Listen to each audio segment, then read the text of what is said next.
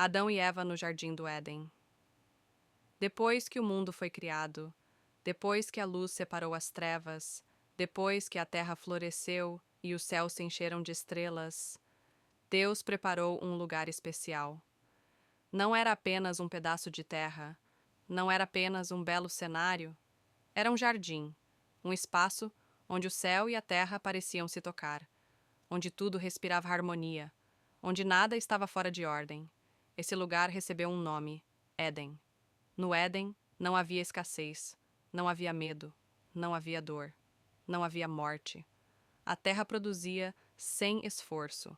As árvores carregavam frutos maduros. Rios atravessavam o jardim como veias vivas, levando vida a tudo o que tocavam. Ali, Deus colocou o homem que havia criado. Seu nome era Adão. Adão não despertou em um mundo hostil. Ele abriu os olhos em um lugar perfeito. O ar era puro. A luz era suave. Os sons eram vivos, mas nunca agressivos. Adão caminhava entre árvores que nunca murchavam. Ele via animais que não fugiam. Não havia predadores. Não havia ameaça. E mais impressionante de tudo, Deus caminhava com ele. Não como uma ideia distante. Não como uma força invisível, mas como presença real. Havia comunhão. Deus deu a Adão uma missão: cuidar do jardim. Não como escravo, mas como guardião. Adão recebeu autoridade para nomear os animais, e ao nomeá-los, demonstrava compreensão, inteligência e consciência. Mas, mesmo cercado de perfeição, algo estava incompleto. Deus percebeu algo que nenhuma outra criatura havia revelado. Não é bom que o homem esteja só. E pela primeira vez, algo não era chamado de bom. Então Deus fez o homem cair em profundo sono.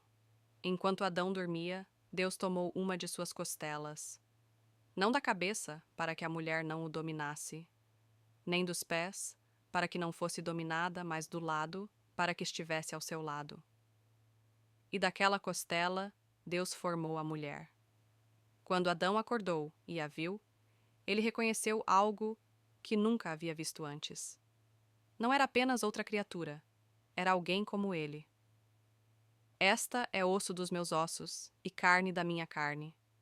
Ela recebeu o nome de Eva. Adão e Eva viviam nus, mas não sentiam vergonha. Porque não havia malícia, não havia comparação, não havia culpa. Eles eram plenamente conhecidos e plenamente aceitos. No centro do jardim havia árvores especiais.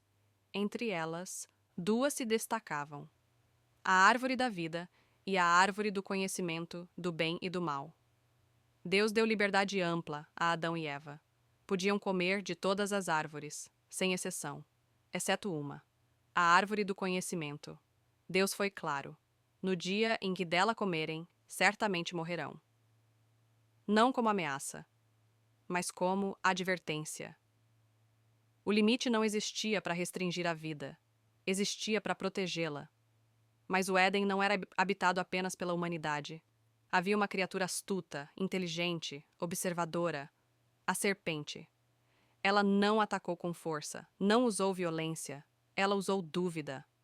A serpente se aproximou de Eva e perguntou: Foi isso mesmo que Deus disse? A pergunta parecia inocente, mas carregava veneno. Eva respondeu. Explicou o limite.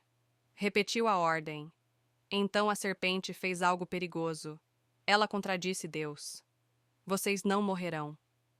E plantou a semente mais antiga da humanidade: a desconfiança. Deus sabe que no dia em que comerem desse fruto, seus olhos se abrirão, e vocês serão como Deus. Não mais criaturas, mas juízes. Eva olhou para o fruto. Era agradável aos olhos. Parecia bom para comer. Desejável para adquirir sabedoria. E então, ela comeu. E deu a Adão. E ele também comeu.